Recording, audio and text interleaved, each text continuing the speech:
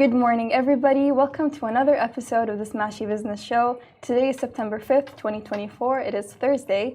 My name is Hind Al-Dah, and I am here with my co-host Abdul Majid Awan. So for today's news story, we're going to cover Anghami reports subscriber growth after OSN Plus acquisition, Tarabut acquires UK payments platform Vyne, Middle East markets under pressure amid global stock slump.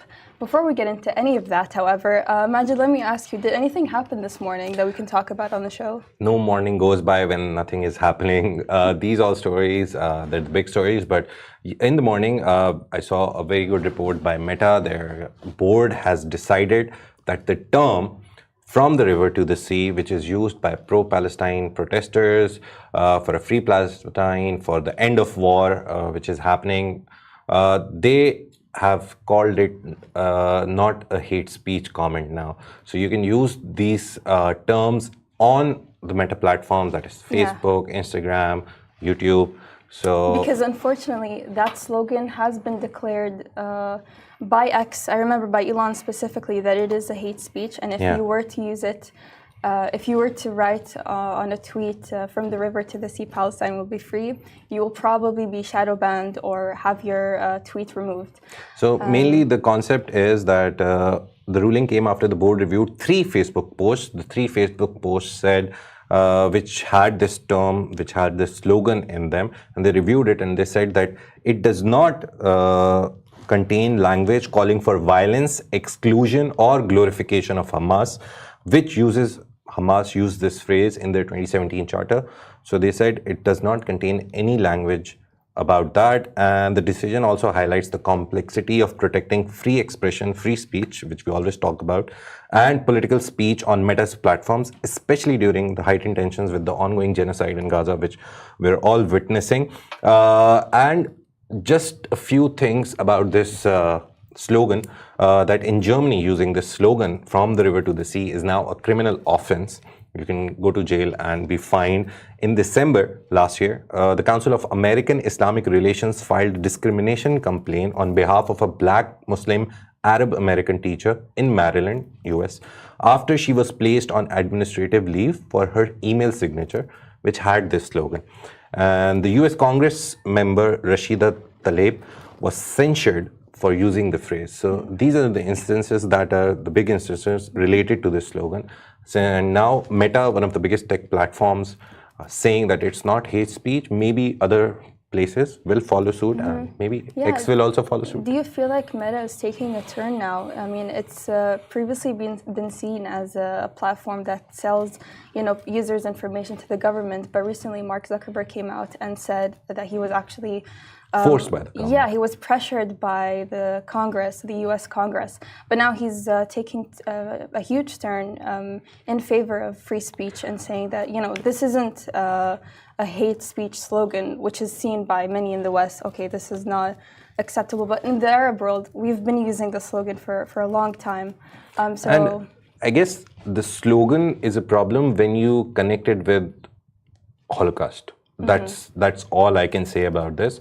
Or if you use it to glorify Hamas. The only good thing about this slogan, and the biggest good thing about this slogan, is that it is being used for the end of a war. And war is not good for anyone. It's also been used not just for the end of a war, but the end of an occupation. It's an illegal occupation, and the slogan is meant to give rise to pro-Palestinian voices and Palestinian voices, and to call for their freedom. There's an interesting case that I also read when reading this news, that there was one, just to give you 2 sides of the picture, that people are still critics of this slogan. They think that it says that, the critics say that it says that all the Israelis or the Jews should be excluded out, driven out of the Palestinian region, which now composes of Israel and Palestine, Gaza, and all the regions. One of the measures that CNN actually used, they talked about a post which had floating watermelons, which were created through an AI, and the floating watermelons said this slogan. So they gave a comparison that nearly 1 million people liked that post, and there were like 157 or 147 reports on that. So there are still critics who believe that the slogan is anti-Jew. But I believe it's a minority, isn't yeah, it? it's a minority, but they're there. They're there. There's always going to be opposition from But Meta coming side. out and saying that it's not hate speech, it's a big step. So let's see if other platforms Elon Musk, will. The free speech guy is going to allow that. Most probably yes. If one big company sets a tone for a slogan, obviously everyone will follow, and everyone has seen what is happening. It's not like people are blind. Everyone on social media has eyes. They can see. There's like millions of videos of what is happening in Gaza. There's like UN reports, there's human rights reports, there's like all sorts of reports. The International Court, Criminal Court has decisions. So everything, every data set, every report that you pick up shows that what is happening is wrong. And this slogan, to be honest, which is being used in majority by people who just want the war to end. That's it. There's no other motive, there's no subconscious, unconscious, any motive. It's just that the suffering of the people should end. Do you have any other... this is the biggest thing that I read in the morning, and then now let's move to the main stories. Move on to the main stories. So Anghami reports an 18.3% subscriber growth after a strategic OSN Plus acquisition. So Anghami, as you all who watch the show know, we are on the Anghami platform as well. Platform as a podcast. It's a premier multimedia streaming platform in the MENA region mainly.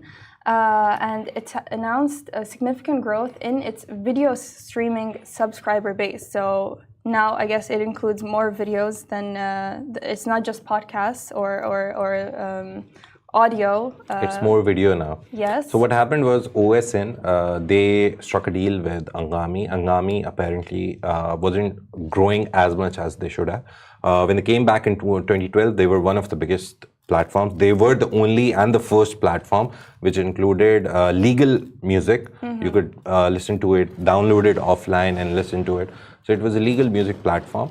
And what they did was they changed the market in 2012, but there always comes a curve where either you stabilize a lot or you don't grow. So what they did was they finally made not a merger, it's not an acquisition, they're calling it a transaction.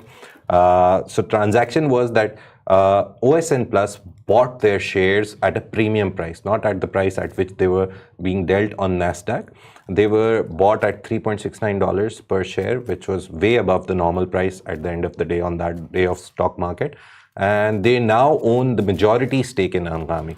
The good thing was that Eli Habib, the founder of Anghami, was kept as the CEO on OSN Plus merger, whatever firm they formed.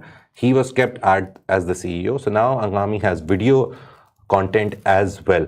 So that's great. So they saw a 18.3% subscriber growth after the OSN transaction. There's a lot of numbers that I want to tell everyone. So the merger basically created an entertainment giant with over 120 million registered users. Registered users means paid users. 2.5 million paid subscribers, 120 million registered users, and close to 100 million in revenue. So at the time of closing. So this transaction, which they're calling a transaction, I'm not calling it. I don't know why they're using the word transaction for it. It can be an acquisition or a merger, but they bought 54 or 55% of the shares, and this happened in April of 2024. So the whole process was approved in last year, end of last year. But this happened in April 2024, so it recently happened. Yeah, and recently they're seeing a lot of subscribers, and according to reports, it's mainly due to the release of House of Dragon season 2, which streams on OSN. Yeah. So a lot of people are into that show. Yeah, because of Game of Thrones. Game of Thrones was a phenomenon when it came out, and when the 8 seasons ended. The show producers said that they will continue, they will make prequels, sequels, something. So the very first prequel, the story of the House of Dragons, the House Targaryen, it came out, and the first season was good. The second season, I didn't like it. It didn't end on a cliffhanger or anything. It was very bad. But again, it was still very popular. But it's still very popular because people loved Game of Thrones. Game of Thrones was one of the best shows in the world at some point, I guess. And after Breaking Bad, I love Breaking Bad more than Game of Thrones. Everyone has their preferences, but Game of Thrones, obviously, this show is reaping the rewards of that show, and Anghami, with partnership with OSN, is also reaping the rewards. There's some other numbers that I saw that the combined entity of OSN Plus and Anghami, they have over 18,000 hours of premium video content now. So it's not just audio that Anghami has, it has 18,000 hours of premium video content, including exclusive HBO shows. So alongside a vast catalog of 100 plus million Arabic and international songs and podcasts. And out of those 100 million plus, we are one of them. Yeah. So moving on to our second story, Tarabut acquires UK payments platform Vyne to navigate new MENA financial regulations. So Tarabut is the Middle East and North Africa's first and largest regulated open banking platform, and it has acquired Vyne with a Y, not an I, which is a UK-based real-time account-to-account payments platform. And this acquisition was approved by the Saudi Central Bank and the UK's Financial Conduct Authority. And this puts Tarabut in a place where it can enhance its payment capabilities and also expand its reach. So what we're seeing with a lot of companies in the Middle East is they're really trying to expand, on a global scale and worldwide. So this acquisition with a UK-based platform is a step, ahead of that. So acquisitions and also expansions, I think this is a very good strategy that the Middle East startups and the Middle East now, the startups which have moved into a more mature stage, they're not just moving into the market. Right. They're moving, but they're acquiring platforms from that region and then moving. So that platform that they acquired, it already has established user base, it already has established network, and they tap into it, and then obviously they provide their services, they take on their services. So they create a mixture of services. So expansion is not in terms of territory only. Expansion is in the services that they provide as well. So Tarabut, Open Bank, and then account-to-account platform Vyne. So obviously they're expanding the kind of services that they provide.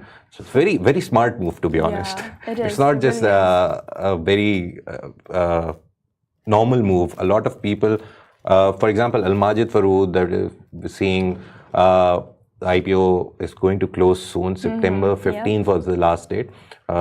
The IPO subscription was closed within 2 hours. A lot of IPOs we also talked about on the show, the Saudi IPOs, they were closed in the first hour. They are moving. They're just moving to another country, placing a shop.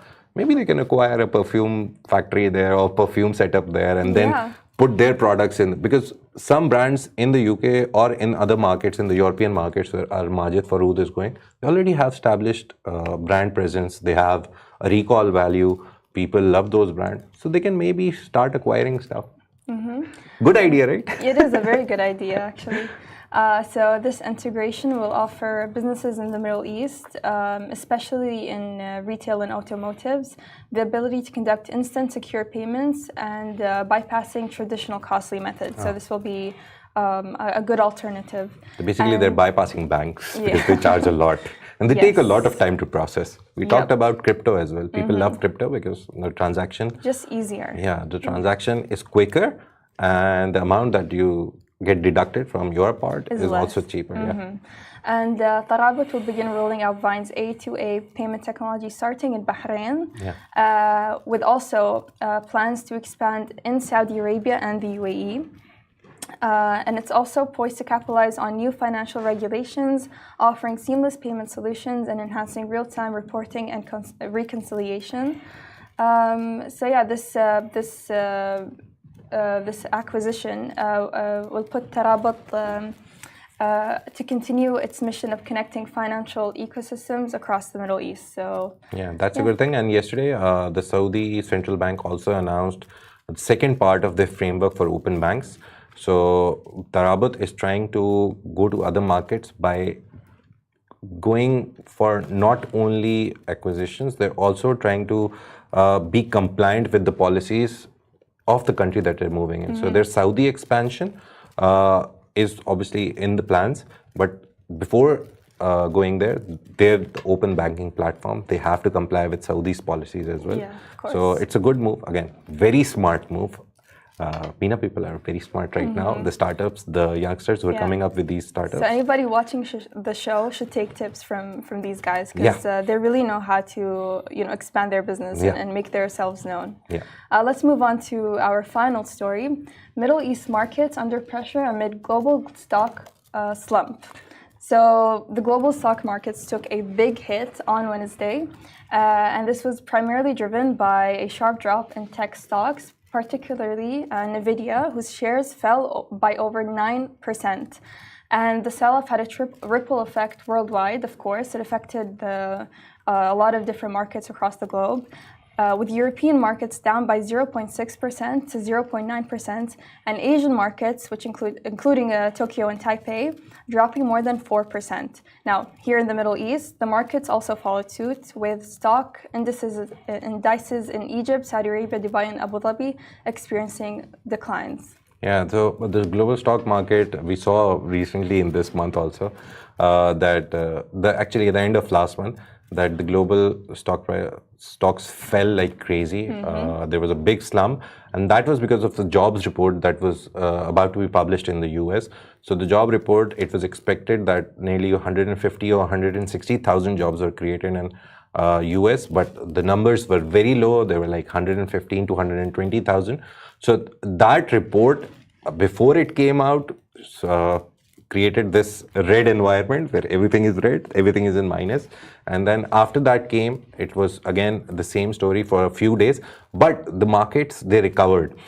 So the recovery period over the last 2 or 3 weeks was good. People were expecting that good things will happen, and September, there's another report coming on Friday. It's an economic report. So this combined with Nvidia's stock dropping because they reported not good numbers in their economic report. So a lot of, it's not a single thing, not Nvidia, it's just a combination of a lot of stuff. Right. And I was reading that in September, usually the global markets see this slump. Oh, so were they expecting the slump? Yeah, it's a historical data that shows that the biggest slump that the market have seen over the past 2 decades is usually in September. So I couldn't read the whole report. It was a very long report. But so historically, September is not good for stocks. So if you're buying and selling and if you're trading, usually just keep September as a holiday period. Don't buy anything, don't sell anything. Maybe sit on it, wait till November when the markets recover. So historical data says that. But I find it interesting that, a market in the US will affect markets worldwide. See, US is the biggest economy, so everything that happens in the biggest economy, we live in a unipolar world on paper. Geopolitically and politically, if you see, it's a unipolar world. America is the superpower. But economically, a lot of countries have grown. The BRICS nation coming out, Brazil, Russia, India, China, and then South Africa joining. So all these countries, and then UAE becoming a part of it, Saudi Arabia becoming a part. Well. So it's a now 10 nation strong group. It's not BRICS, it's BRICS plus now. So that coming up, the geopolitics, the economy, everything is moving in a very different direction. So America obviously affects everything, but these new ideas coming into the market, they will change how economies function. Right. The right word would be function. But BRICS nation, they have their next conference in October. Russia is the chair of the conference. Every year they change it's in the alphabetical order. So Russia is the chair. This is their second year. And Russia is the chair. So we'll see a lot of things. There's a talk about BRICS pay system. So in that BRICS, usually when you do trade across the globe, you use dollar. So, but currency fluctuation is so much that, for example, in Pakistan, if I made a deal with someone for example, $100, the rate of Pakistan USD to PKR will fluctuate so much that in Pakistani currency, I may face a loss. So $100 maybe means 10,000 rupees. Right. But when I'm paying, maybe I'm paying 15,000 because it fluctuates so much. So BRICS Pay is going to bridge that gap. They are trying to build a very unified system where you deal with each other in your local currencies. So that way, the dependency on US dollar will nearly vanish. So if you're India, I am Russia, and we're like buying oil or doing trade, you will pay me as India in INR, and I will pay you in the Russian currency. And the difference won't be that So the much. difference between your currencies will be there, but the US dollar fluctuation will not affect it. So it's going to be, if it gets agreed upon, and obviously these systems take a lot of time to get established. So we'll see that. So US affecting everyone in the world. If these BRICS nations come together, some other countries come together, European countries come together, they start trading in their own currencies, the US dollar dependence will vanish, and then these stock markets will also maybe not affect us. Yeah, it will really change the landscape. So the markets in the US and Europe all closed negative. Only there was one or two, where's the finance page? Yeah, so S&P closed at around minus 0.16%, 0.16%. Dow 30 recovered later in the day. So, but they recovered very low. It was like plus 0.09%. Nasdaq closed at 0.3. Russell closed at 0.1. Europe markets, the major markets, the first major 7 numbers, all are in negative. Asian markets, which usually set the benchmark, actually the Asian markets open in the morning, and then according to UAE time, Asian markets are the first one that open. So Asian markets usually set the trend, oh, it's going to be a bad day, good day. So Asian markets are open, and only S&P Asia is in positive. Everything else, Nikkei 225 minus 1.17, very bad. So maybe this trend will continue today. I have some information on the Middle Eastern indices. So Egypt's EGX 30 dropped by 0.07%. Dubai's DFMSI dropped by, excuse me, 0.50%. And then Abu Dhabi's ADX dropped by 0.132%. So these markets are seeing the overall effect of the global economy. The Friday report, we're waiting for that, and most probably till Friday this trend will continue. We will see red everywhere. Nvidia, mainly if you talk about Nvidia, they lost nearly across the board throughout the day. I saw them losing nearly 14% of their money, but they closed at around 9 or 10%. But that's a big, this removed nearly $230 billion from Nvidia's stock. So it's not even million, it's billion. So yeah, so most probably they'll lose a lot of money. Also, I just saw that our Nvidia's Jensen Huang, who is the head of Nvidia, he just crashed out of the 100 billion club. So after his net worth plunged by almost 10 billion. So Jensen Huang, he was part of the 100 billion club. His worth was more than 100 billion. But now he's crashed out. He's out of that club. Yeah, so he's lost nearly 10 billion in just like 2 or 3 days. Oh, wow. So this is what the stock markets do to you.